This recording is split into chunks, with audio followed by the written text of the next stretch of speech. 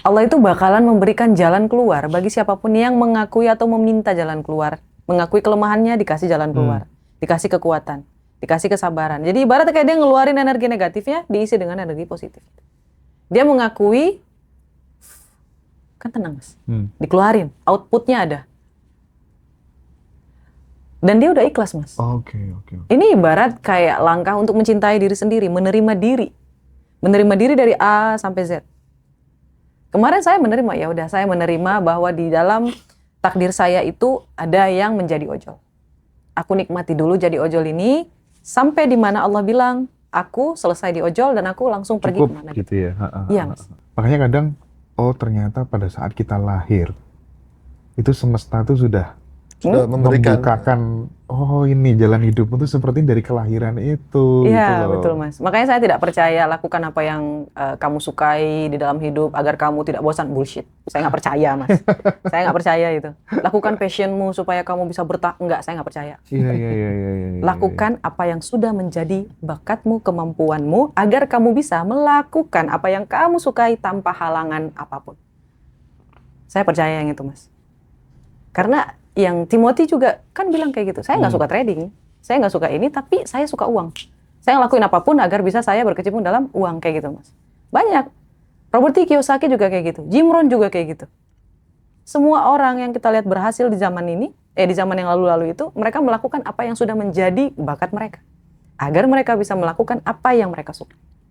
Tapi sehebat apapun bakatmu, kalau kemudian nggak diasah, dia akan kalah dengan kebiasaan yang diulang terus-menerus. Nah, itu betul sih mas. Tapi kalau misalnya, itu kan banyak opsi ya mas ya. Iya, Pilih iya. yang mana? Nah, benar. Kalau mau cepat, ya ada printnya. Iya, betul. Kalau mau cepat, ada denahnya. Kalau mau nggak cepat, ya telusuri aja dulu. Oke.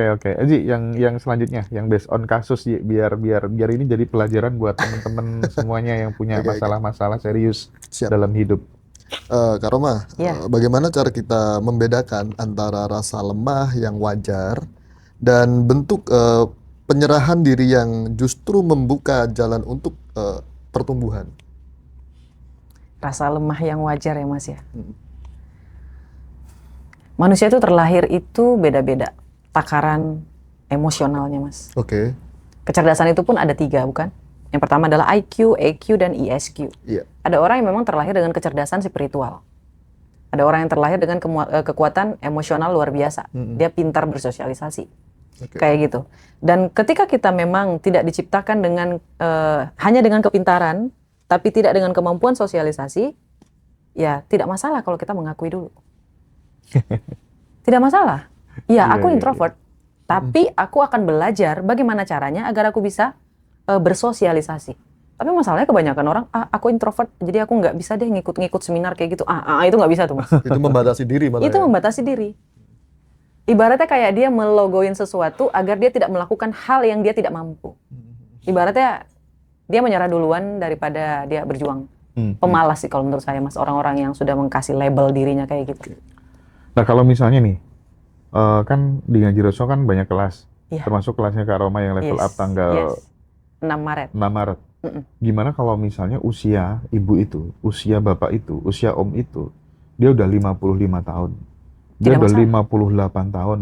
Muncul kan benak dalam pikiran, mungkin itu kan cocok buat yang muda-muda, aku sudah 55 tahun kayak gini gitu. Dan ada nggak sih cerita-cerita sukses yang dimulai dari atas umur 50 tahun kayak Ada, gitu. Mas. Misalnya kayak siapa tuh namanya pendiri KFC itu? Iya. Iya, dan lain sebagainya. John Sanders. Iya, Kolonel Kolonel tuh, iya, Alex Sanders, iya.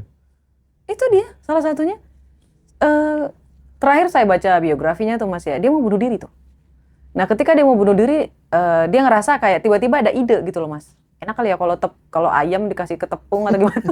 Serius mas, dia udah mau bunuh diri, terus tiba-tiba kepikiran ide ini, terus dia catat, dia uji coba mas. Iya. Alih-alih dia mau bunuh diri, karena saking penasarannya sama ayam dan tepung. Iya, pikirannya ini gitu loh mas, dia coba, dia tawarin ke 1000 restoran. Akhirnya diterima di restoran yang ke 1001. Iya. Jadi kalau misalnya bapak-bapak atau ibu-ibu sudah berumur, terus berpikir, aku kan sudah uzur ya, ngapain lagi mikirin dunia. Kita kan nggak cuma mikirin dunia ya.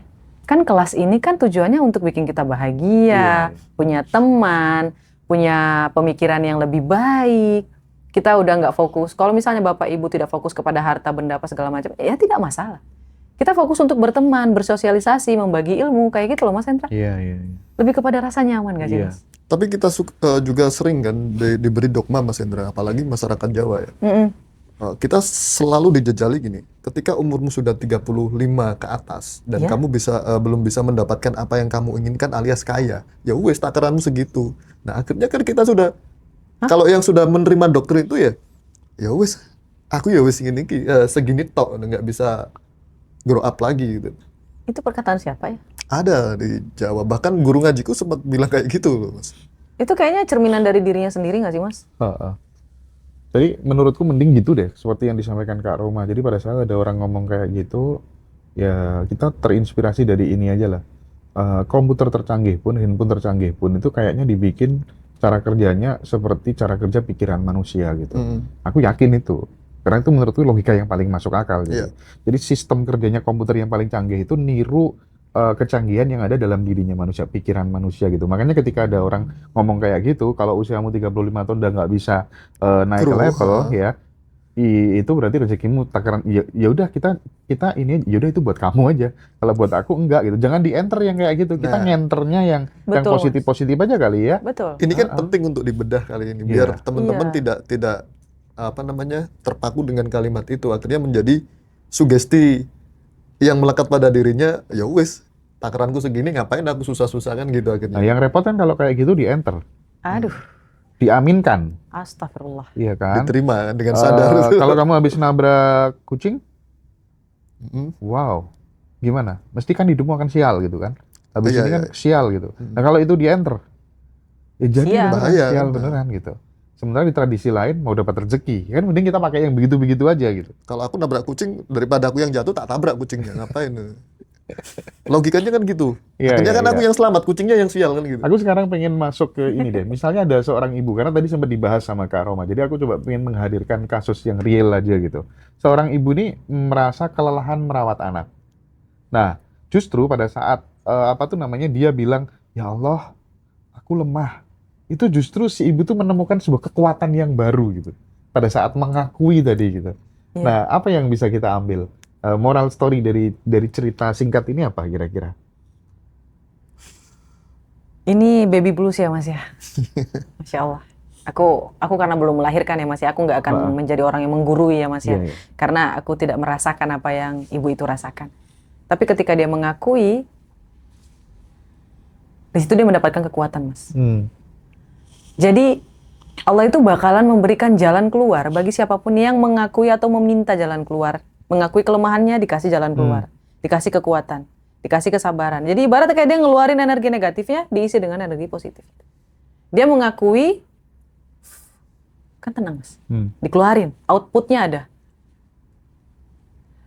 Dan dia udah ikhlas Mas. Oke. Ini ibarat kayak langkah untuk mencintai diri sendiri, menerima diri. Menerima diri dari A sampai Z. Kemarin saya menerima, ya udah saya menerima bahwa di dalam takdir saya itu ada yang menjadi ojol. Aku nikmati dulu jadi ojol ini sampai di mana Allah bilang aku selesai di ojol dan aku langsung pergi Cukup kemana gitu ya. Iya Mas.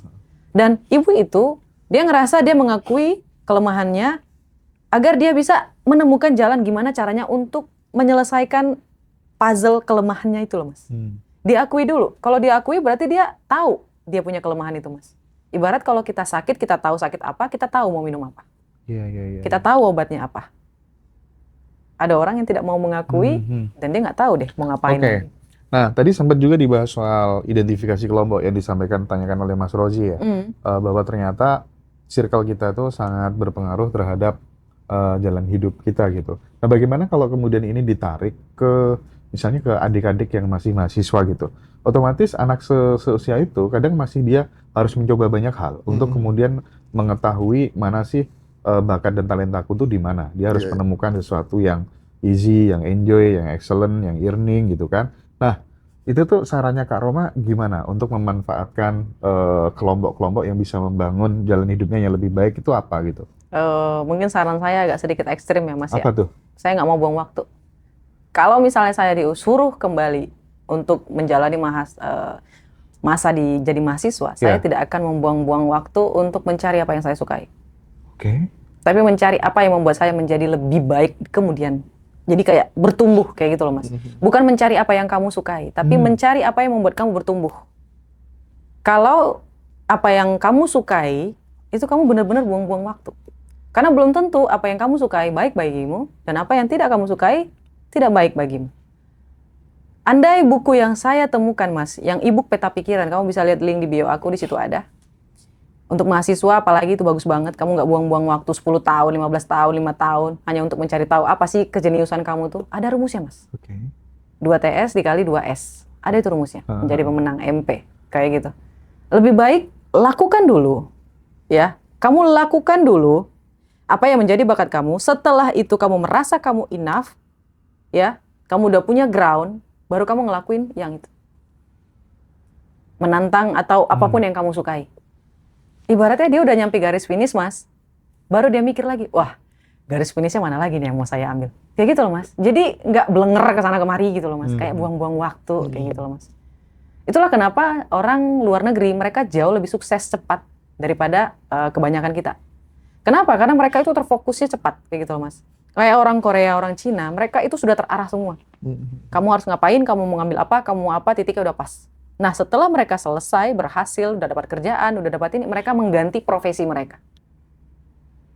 Ibaratnya udah secure dulu. Tapi masalahnya kebanyakan masyarakat Indonesia tuh enggak Mas, dan termasuk saya. Akhirnya apa? Terbuang. Sia-sia nggak Karoma? Enggak, kan ada untung dan untung banget. Iya, untung dan untung banget. Iya. Cuman kerugiannya apa? Di masalah waktu.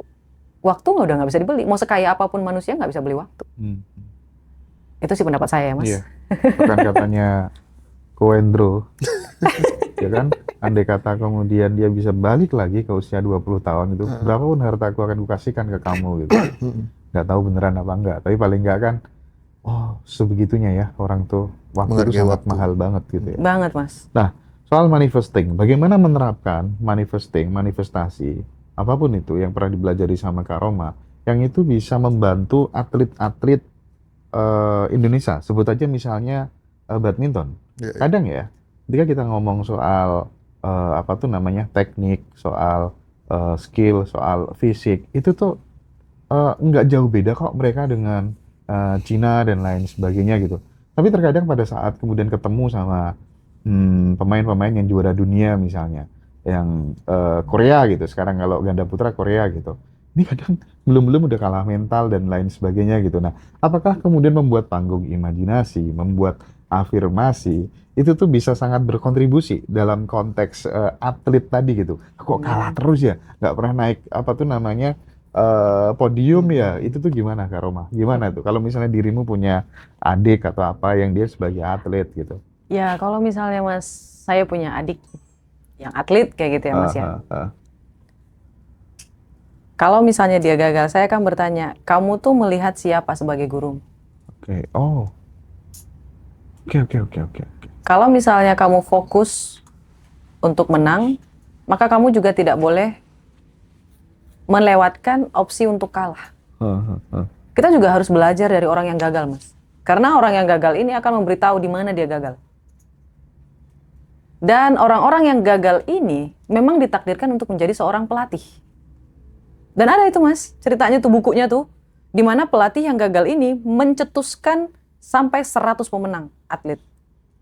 Sedangkan orang yang menang Olimpiade ini hanya bisa mencetuskan 30 orang pemenang dalam Olimpiade. Berarti kegagalan itu nggak selalu menjadi guru yang buruk. Itu untuk fisik ya Mas ya. Kita kan memang melakukan LOE, tapi kita juga butuh yang namanya strategi. Nah, kita butuh yang namanya strategi. Karena teman-teman. hasil itu kan teknis plus non-teknis gitu. Betul, kan pikiran, perasaan, dan tindakan. Tindakan yang tadi saya sebutkan adalah persiapan, strategi.